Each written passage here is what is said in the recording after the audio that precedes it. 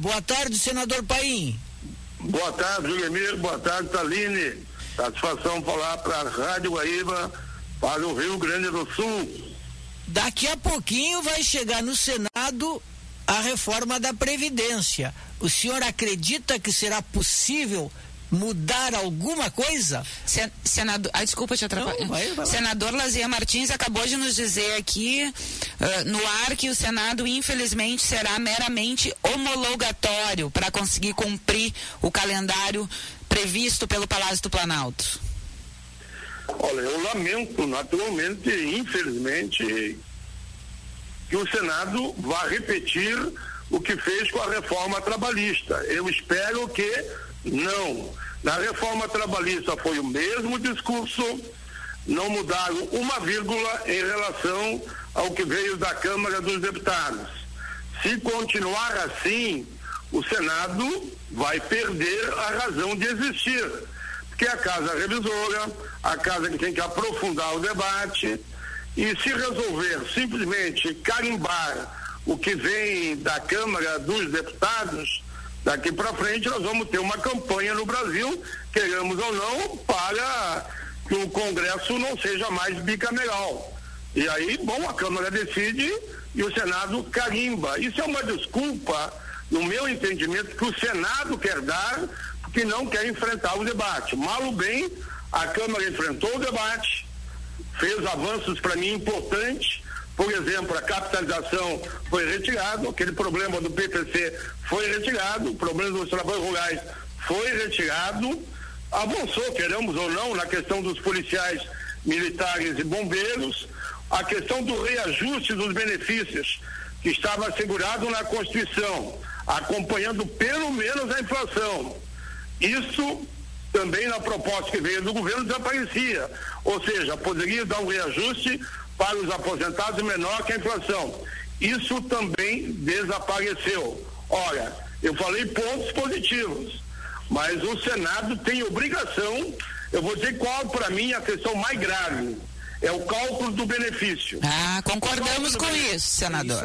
Para mim, eu dizia antes que o meu inimigo número 1 era a capitalização. Do que está vindo agora para o Senado é o cálculo do benefício, porque em vez de usar as 80% das maiores contribuições, eles vão usar todas as contribuições da vida laboral, o que pode dar uma redução no benefício de até 40% em relação àquilo que o cidadão tem o direito a se aposentar hoje. Essa é a emenda que eu vou mais brigar, para que ver se a gente mantém a seriedade, bom, nem que dissessem pelo menos, daqueles que entrarem no sistema daqui para frente. Vão começar a pagar agora, eles têm que saber já. Mas não usar uma mudança profunda que o cidadão que estava na expectativa de se aposentar ali na frente vai ter de repente uma redução no seu benefício de mais de 40%. Isso para mim é o maior crime. É uma irresponsabilidade que o cidadão que está me ouvindo nesse momento só vai perceber ali na frente a hora dele calcular o seu benefício. Vão fazer de tudo para que isso não aconteça. Temos outros problemas, né? A questão também da pensão por morte poderá ser até inferior ao salário mínimo. Se a viúva, infelizmente digo eu, né? Eu queria que fosse igual a igual. Quem mais falece é o homem em relação à mulher. Então vamos pegar esse exemplo.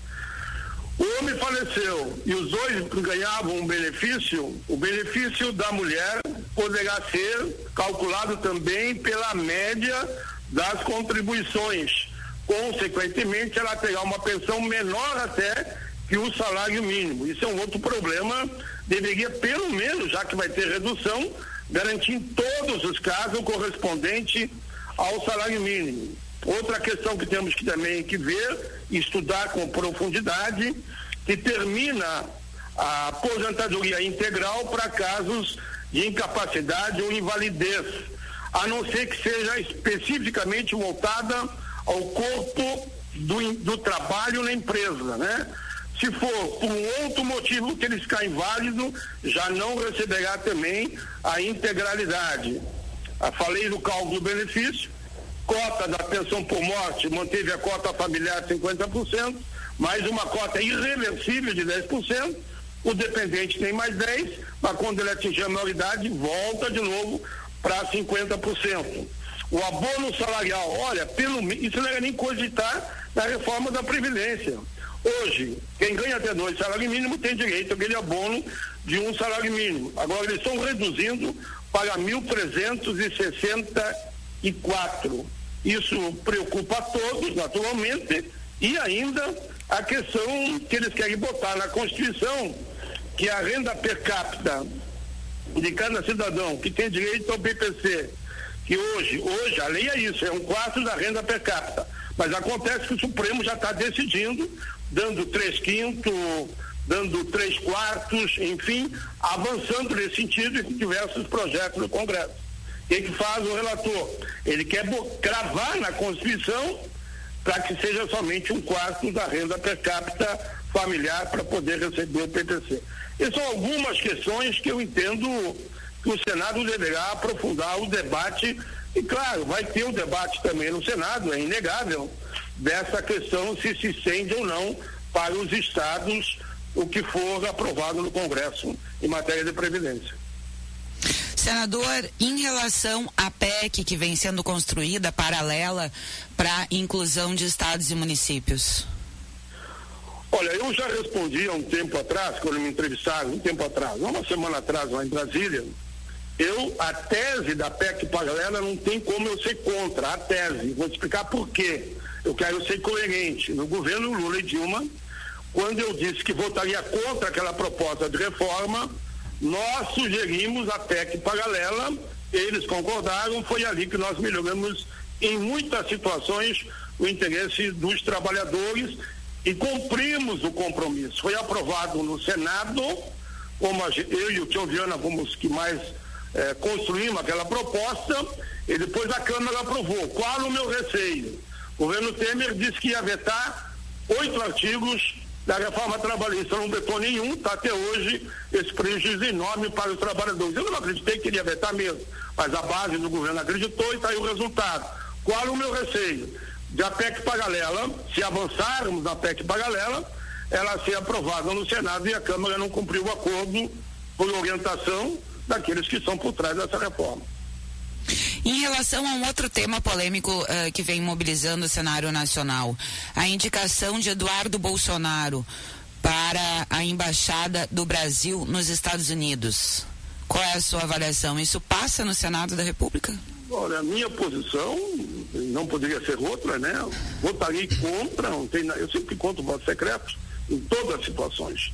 E tanto que uma das PECs que foi aprovada tinha lá uma parte que é minha, né? O voto é aberto, eu votarei contra com muita consciência e digo, não é uma questão pessoal, por ser ou não ser filho ou o sobrenome Bolsonaro, então não é pessoal. O que eu tenho dito, olha, para ser um diplomata representando o Brasil, e vamos pegar o exemplo específico dos Estados Unidos, nós temos que ter um profissional de carreira altamente preparado, vai participar de grandes debates lá de interesse nacional. Nós sabemos que um profissional de carreira, ele estuda, se prepara, faz concurso a vida toda para essa missão em nome do seu país. E não pode agora simplesmente ser uma indicação de pai para filho como um presente àquele que no entendimento dele poderá representá-lo e não representar o Brasil. Eu acho que vão ter enorme dificuldade, vão criar um constrangimento para o Senado, e eu diria, se o Senado tiver bom senso, essa proposta de chegar lá vai ser rejeitada. Senador Paim, voltando à reforma da Previdência, como o senhor mesmo enumerou, a Câmara dos Deputados fez um trabalho importante no sentido de diminuir o estrago. Eu mesmo fiz a minha coluna de hoje no Correio do Povo sobre isso, e são muitos os aspectos, eu diria as principais maldades da reforma da Previdência foram retiradas pela Câmara. Falta essa aí que o senhor também citou, que é a fórmula do cálculo do benefício. Será que o Senado vai deixar passar sem introduzir nenhuma modificação, sem dar nenhuma colaboração? Será que o Senado vai fazer assim um papel tão, eu diria assim, tão de isso que eu digo. Submissão? Eu vou usar o mesmo termo que usei na reforma trabalhista. Eu usei agora, essa semana lá na tribuna, e disse: eu espero que o Senado não se acovarde, que vai ser uma covardia o Senado de novo passar recibo ao trabalho exaustivo que fizeram os deputados. Mal, bem pro bem ou pro mal, como você disse aí também, com muito conhecimento, a Câmara trabalhou dia e noite, debateram, discutiram, um contra, outro a favor, e surgiu essa proposta que, comparando com o projeto original, claro que o prejuízo foi diminuído em grande parte. O Senado simplesmente avalizar o que a Câmara fez, se negar a debater, a discutir, a trazer especialistas. Eu estou propondo, por exemplo, que a gente traga lá, já apresentei o requerimento, 5 a favor e 5 contra, para debater no plenário do Senado, para o Brasil todo acompanhar e aí desmistificar isso que eles querem tentar aprovar na marra, inclusive aquela ideia que até hoje eu critico, né, da o famigerado regime de capitalização, que foi um desastre no mundo todo, e eles estavam defendendo até o final. Felizmente, a oposição ganhou e eles tiveram que recuar. Esses pontos que eu listei, e esse principalmente o senhor que está nos ouvindo em casa, pode saber, se isso aqui, o Senado se acovardar, a emenda nós vamos apresentar, e não votar, pode preparar que o seu benefício poderá cair em torno de 40% daquilo que teria de direito se fosse aposentar o mês que vem. O senhor vai ter muito trabalho nos próximos meses para tentar convencer seus colegas justamente a não se esconder. Vou fazer o trabalho que tenho que fazer, é minha obrigação. Estarei lá todo dia na tribuna, como fiz agora. Eu já fiz uma série de mais ou menos umas 15, 20 audiências públicas, onde os técnicos provaram que é um absurdo. Vou dar um número, que é da professora Denise, que é especialista em Previdência. Denise da Gentil. Universidade do Rio de Janeiro. Ela tem um número que ela diz que a média de emprego do brasileiro fica em torno de 6 meses em 12. Ela fala 5,5, 5,6. Eu vou pegar metade já. Isso sendo verdadeiro, para tu ter 40 anos de contribuição, tu vai te aposentar depois dos 80 só. Isso é fato e é real, mediante o desemprego e a alta rotatividade no Brasil. Por isso que o Senado tem que aprofundar o debate. Por exemplo, a sonegação. Nós temos que criar algum instrumento de combate à sonegação. O último debate que eu tive, o pessoal da Receita teve lá, sabe qual é a média da sonegação por ano? 626 bilhões. 626 bilhões de sonegação por ano. Ora, a apropriação indébita, isso é um número que eu tenho usado muito e vou repetir, já está chegando a quase 40 bi por ano. Desconta e não repassa para a Previdência. São coisas inaceitáveis que a gente, na hora de debater tudo isso, tem que mostrar que tem outros meios de você melhorar a caixa da Receita, leia-se Previdência, Seguridade Social, sem querer mais uma vez tirar do salário do trabalhador. Senador Paulo Paim, muito obrigado, um abraço.